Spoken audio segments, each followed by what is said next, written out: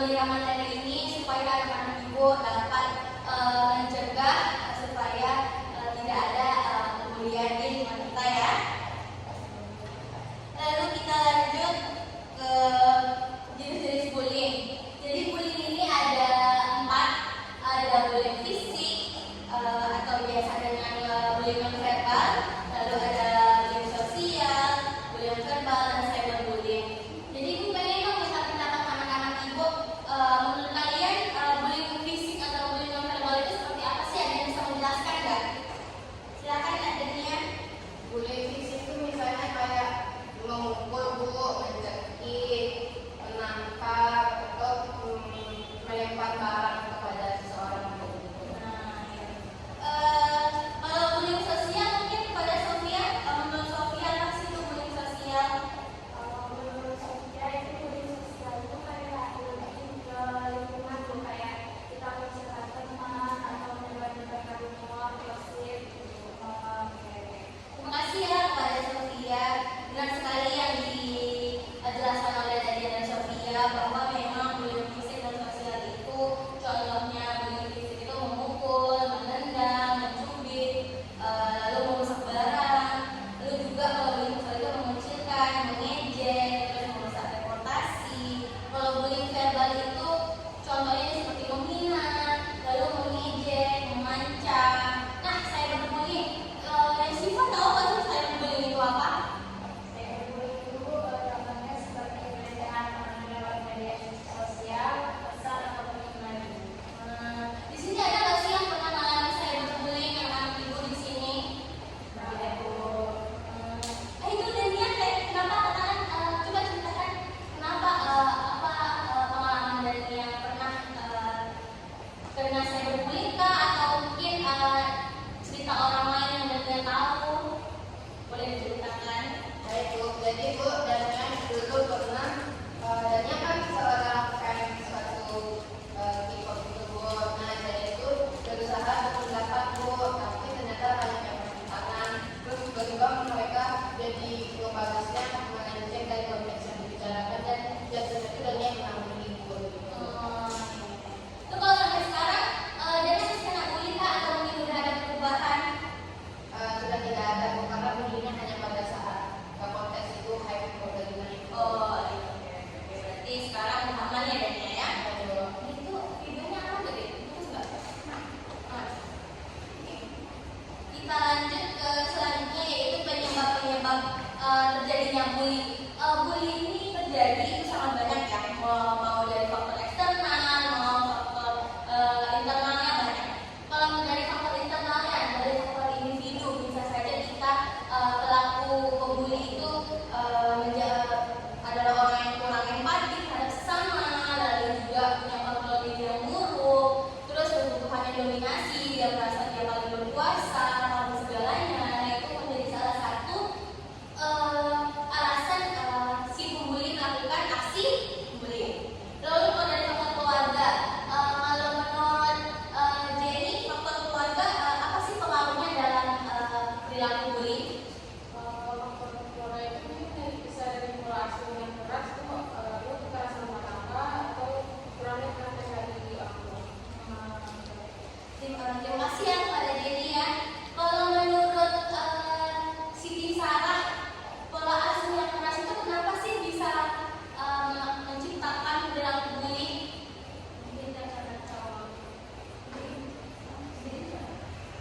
Mungkin karena trauma ya, trauma pengalaman masa lalu yang mungkin buruk itu menjadi salah satu faktor kita melakukan aksi bully ya, karena adanya rasa trauma yang masih dipendam seperti itu.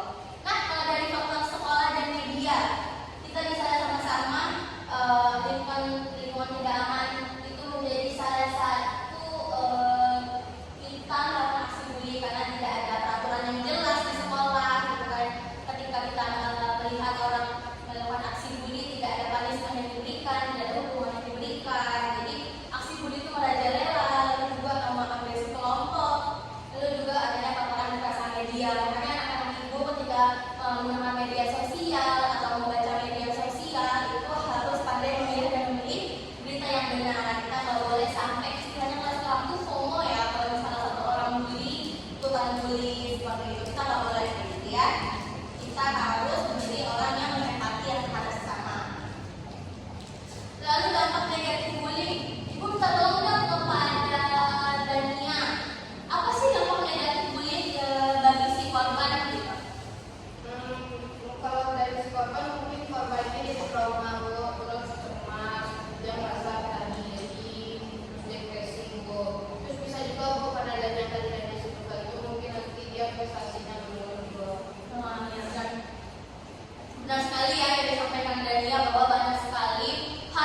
terjadi terhadap si korban, misalkan kecemasan, depresi, gangguan kesehatan mental, rendah diri. Terus kalau banyak pikiran juga dapat menghambat proses belajar sehingga prestasi kita pun akan menurun.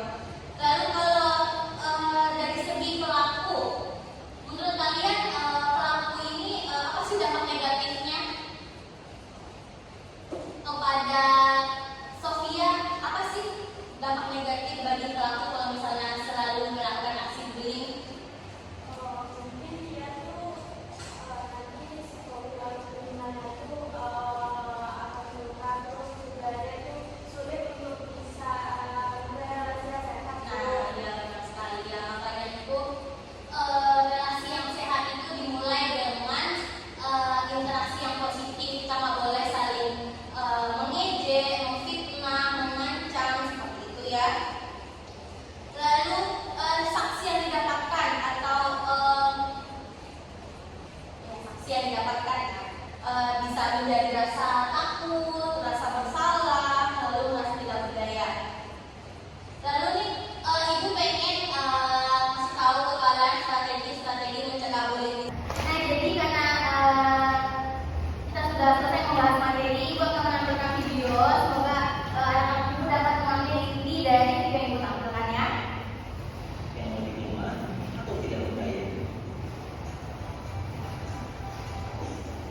Siapa saja yang datang menjadi budak bullying, seseorang yang menjadi paling berbeda dengan orang-orang di sekitarnya, umumnya menyebabkan menjadi budak bullying.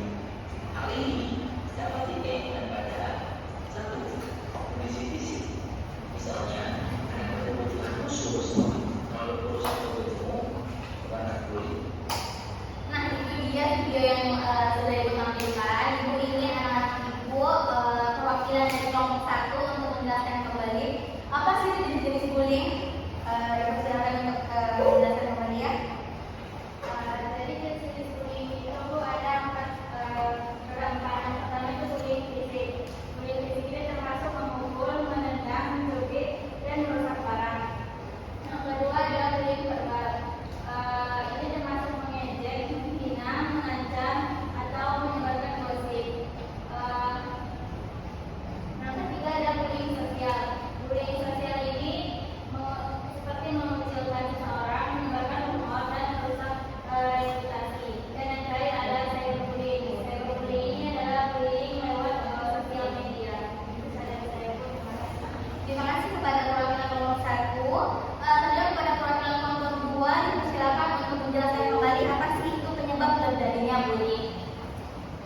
Baik Bu, saya dari kelompok 2 akan menjawab penyebab terjadinya bullying Bu. Yang pertama itu ada faktor individu Bu.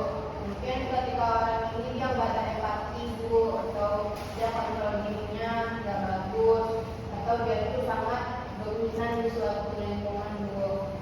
Lalu yang kedua itu ada faktor media atau faktor sekolah ataupun faktor lingkungan Bu. Misalnya dia berada di suatu lingkungan yang nggak aman di sekolah Bu.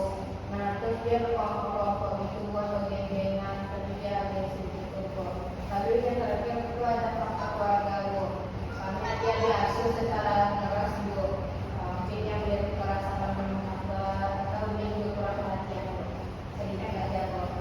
Terima kasih kepada perwakilan dari kelompok 2.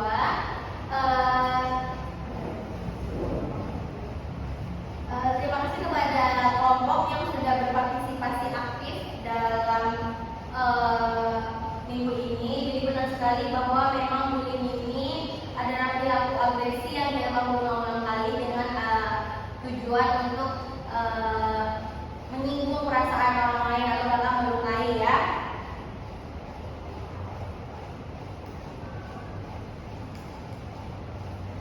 Nah, ibu ingin dari satu orang anak ibu, sekian dari pertemuan kita minggu ini. Harapkan anak-anak ibu semuanya dapat memahami materi yang ibu berikan.